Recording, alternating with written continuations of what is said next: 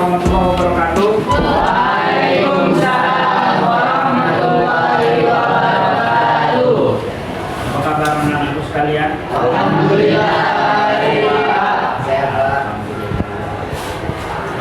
Apa yang buat kita bersama kita bisa mengikuti pembelajaran ini sehingga kita bisa kalau nanti meneruskan pembelajaran ini ya.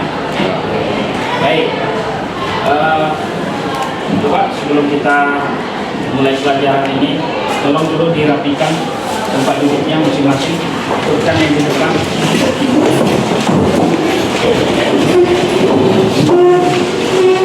Baik, sudah?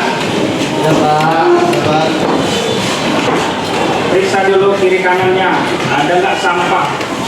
Sudah bersih nggak kita ruangan kita ini? Kalau ada, tolong dibersihkan. Sudah? Sudah ya? Sudah bersih? Nah, baik. Oke, silakan. Pimpin. Doa mau belajar. Bismillahirrahmanirrahim. Radina billahi rahman wa bil islami dinan wa bi Muhammadin nabiyya wa rasulah. Rabbana zidna ilman warzuqna fahman wa amalan shalihan walhamdulillahi rabbil alamin. Bismillahirrahmanirrahim. Amma yatasaalun 'anil naba'il 'azim alladzi hum fihi mukhtalifun. Kalla saya'lamun summa kalla saya'lamun. Alam naj'alil arda mihada wal jibala awtada wa khalaqnakum azwaja wa ja'alna nawmakum subata wa ja'alna al-laila libasa wa Allahul alim. Ya, baik. Ini batu-batu di sana. Kenapa ini? Sudah belum? Ya. Nah, anak-anak sekalian, ini Bapak absen dulu ya, kehadiran kita ya. Yang belajar nih, kalian harus termotivasi. Ini ya, termotivasi dengan belajar, dan belajar. Tugas kalian itu, tugas anak-anak sekalian hanya cukup belajar saja, ya. Karena posisi kalian sebagai penuntut ilmu namanya. Oleh karenanya, kalian tetap bersemangat, ya. Jangan pantang menyerah dalam menuntut ilmu. Semangat semuanya kan? Semangat. Atau ada yang nggak semangat di sini? Biasanya kalau nggak semangat itu belum sarapan itu ya kan? Iya Pak. Apa tujuannya? Apa tujuan pembelajaran kita? Yang pertama, ayo sama-sama. Menjelaskan kandungan dari nakli tentang ketentuan syariat Islam dalam mengurus jenazah. Baik. Yang kedua, Menjelaskan tata cara mengurus jenazah menurut hukum Islam. baik. Yang ketiga, Menjelaskan tata cara bertakziah sesuai ajaran Islam. berikutnya, Menjelaskan tata cara berziarah sesuai ajaran Islam. selanjutnya, Memperhatikan mengurus jenazah takziah dan ziarah sesuai dengan ajaran Islam. ya inilah tujuan kita sehingga kita masuk. Kenapa harus penting kita mempelajari pengurusan daripada jenazah? Baik. Jadi anak-anak sekalian, kita akan menelaah dalil Al-Quran dan hadis tentang ketentuan syariat Islam dengan mengurus jenazah. Kemudian membuat laporan individu tentang praktek pengurusan jenazah di dalam kehidupan masyarakat, menjelaskan hakikat hidup di dunia, kemudian menjelaskan pentingnya mengingat kematian, pengembangan materi tersebut dengan disampaikan apabila pada materi itu yang dapat di dalam KD telah diklausul tersebut. Nah, anak-anak sekalian, coba semua harus mengurus jenazah. Nah, sebelum kita sampai ke sana, Bapak mau bertanya dulu. Apa pengertian daripada jenazah? Ayo, silakan. Jenazah perkenalkan, nama saya Nur Sakinah Rangkuti. Ya. Jenazah itu adalah jasad orang yang sudah meninggal. Jasad orang yang sudah meninggal. Bagus. Bukan dulu salah satu dalil tentang kematian. Ayo, siapa? Nabi, silakan. Apa itu? Bismillahirrahmanirrahim. Kullu nafsin dha'iqatul maut wa innama tuwaffawna ujurakum yawmal qiyamah faman zuhziha 'anil nari wa udkhilal jannata faqad faz wa mal hayatud dunya illa mata'ul ghurur. Ya, bagus. Artinya tahu nih. Setiap yang bernyawa pasti akan merasakan yang namanya dengan kematian. Al-Maitu taqulul malaikat ma qaddama wa yaqulun nasu ma khalaq. Ini hadisnya ya. Apa artinya? Jika ada orang yang meninggal dunia, maka malaikat berkata apa yang telah lalu, sedangkan manusia membicarakan apa yang dia tinggalkan. Hadis riwayat Hakim. ya, itu hadis Nabi yang menjelaskan tentang kematian. Dasar ayatnya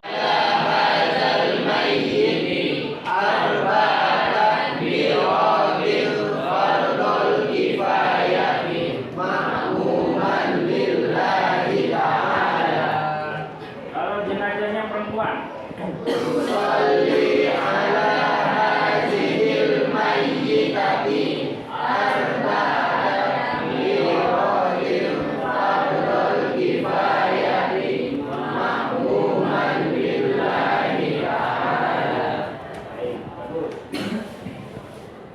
Ini bacanya ya.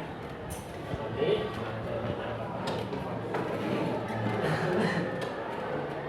Kemudian membaca Al-Fatihah. Yang pertama tadi baca Al-Fatihah. Setelah membaca Al-Fatihah baca.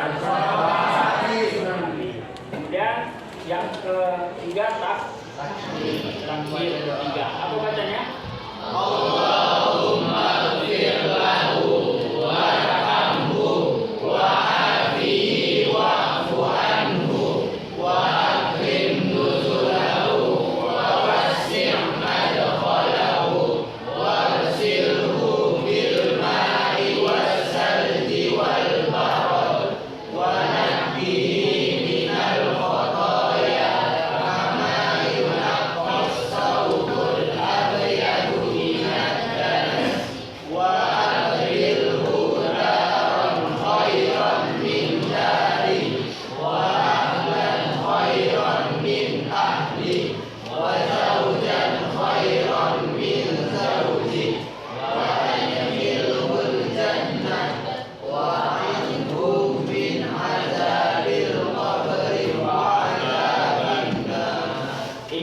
Bacaan bagi jenazah kalau dia laki-laki.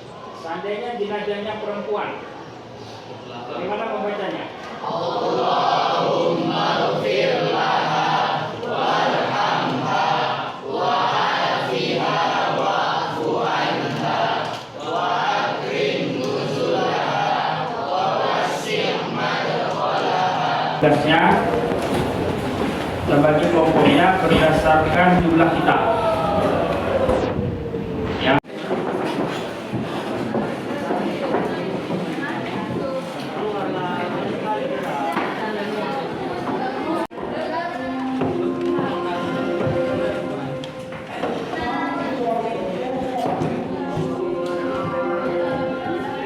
Dalam kelompok ini silakan kalian membahas untuk kelompok 1 judulnya apa kemarin? Judulnya apa? Dan kafani. Untuk kelompok 2 ya, kelompok ketiga Warahmatullahi wabarakatuh.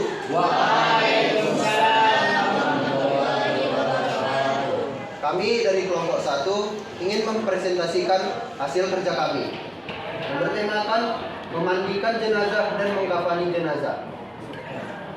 Baiklah, yang pertama ialah syarat jenazah yang dimandikan.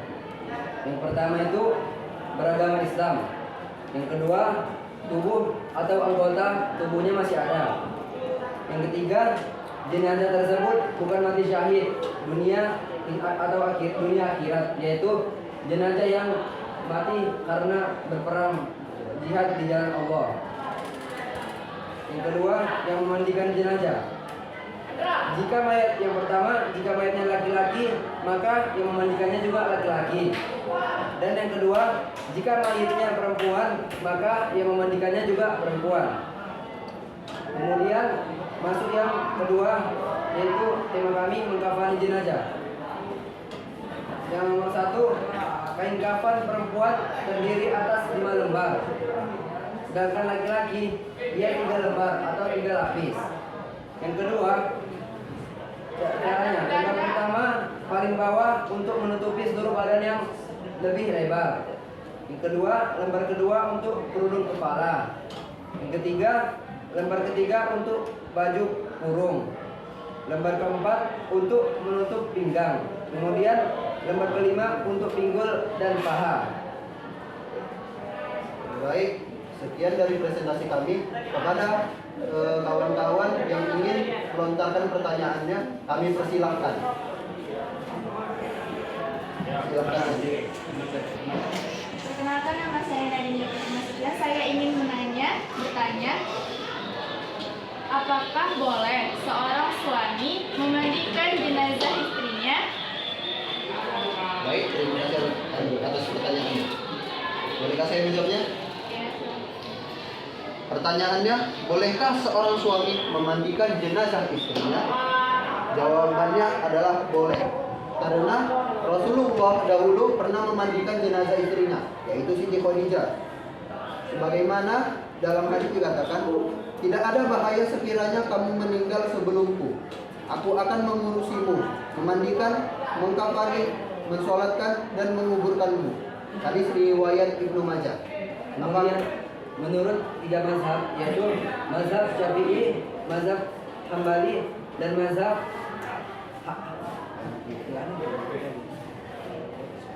Maliki, itu boleh memandikan jenazah istrinya, dan sebaliknya juga istrinya juga boleh memandikan jenazah suaminya, terkecuali mazhab Hanafi. Ia tidak boleh memandikan jenazah istrinya dikarenakan ia sudah lepas tanggung jawab, kata mazhab Hanafi.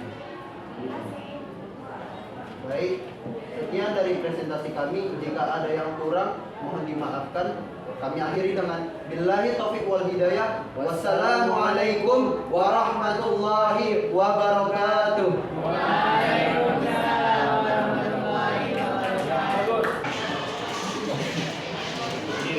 Nama saya Zaki dari Mangkunegaran.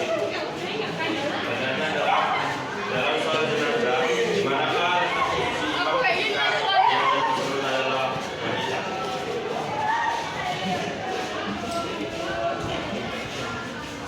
ya dari kelompok kita sudah mempertanyakan. Ya, silakan. Berikutnya.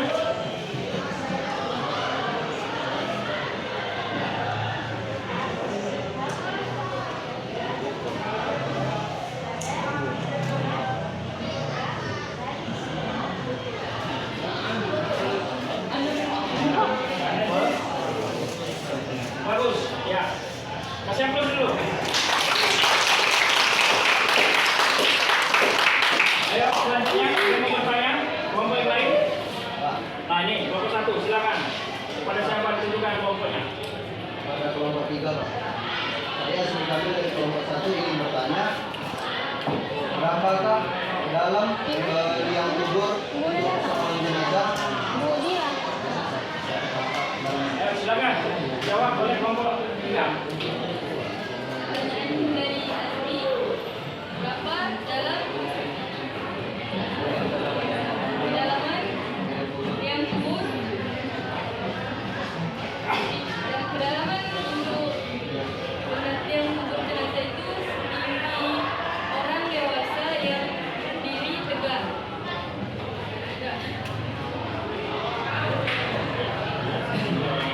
Ya. Jawab ya. Siapa dulu?